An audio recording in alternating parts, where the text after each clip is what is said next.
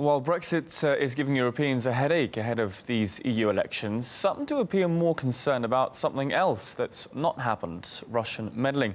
RT's Peter Oliver reports on how the Kremlin's influence, despite much touted, is yet nowhere to be found. Earlier this week, fans were gripped by the series finale of Game of Thrones, but there's also plenty of fans of another fantasy tale, the story of meddling in EU elections. Winter isn't the only thing that's coming. So's the risk of interference in our elections. And guess who the suspect is?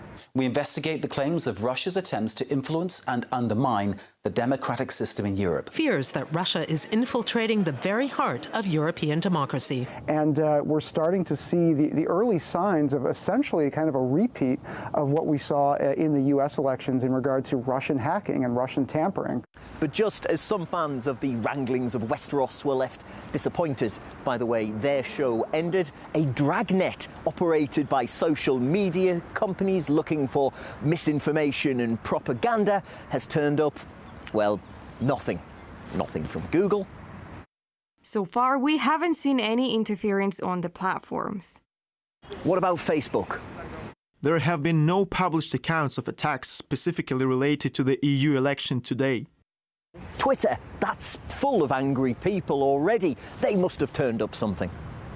We're always seeing a baseline level of it, but nothing that has coalesced around a specific topic, theme, or group, or even country. But there was one area where it was said that there was evidence of Russian interference. The fact that we here at RT and the Russian news service Sputnik have been talking about the EU elections. They have been picking up the theme consistently over the past few months. They do seem to be pushing slightly anti-establishment messages. We've seen European politicians focus their attention on alleged Russian meddling. But what about real issues? Russia has been a very common scapegoat these past years, I would say, in Western democracies. The narrative these past years was, be careful, there's Russian influence. The Russians are behind this. Russia is trying to steal our democracies. And now we don't have any proof. When the journalists are asked, what proof have you got? They don't have any. And the whole narrative just collapsed. Politicians today, which were finger-pointing Russia and Moscow behind the rise in the populist movements, don't have an argument anymore, or they're losing this argument every day. And they're in a very bad situation. Once you prove that there is no more problem coming from Russia, then you have to face the fact that the problem is coming from yourself and the teams that you have chosen to run the country. Big corporations, meanwhile, have been quite open about who they support, with some actively opposing the growing Eurosceptic sentiment.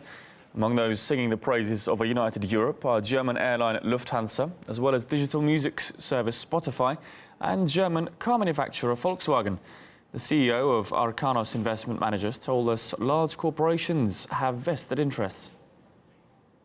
The attitude of the big corporations, banks, has always been the same.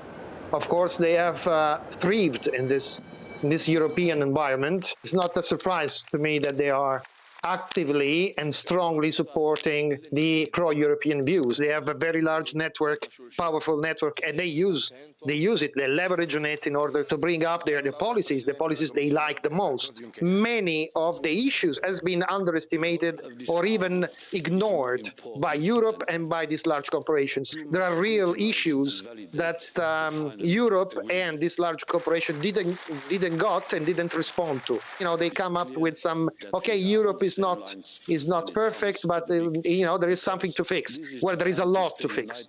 There is a lot to fix because they have moved too much forward into a project without taking into consideration legitimate issues raised by the population.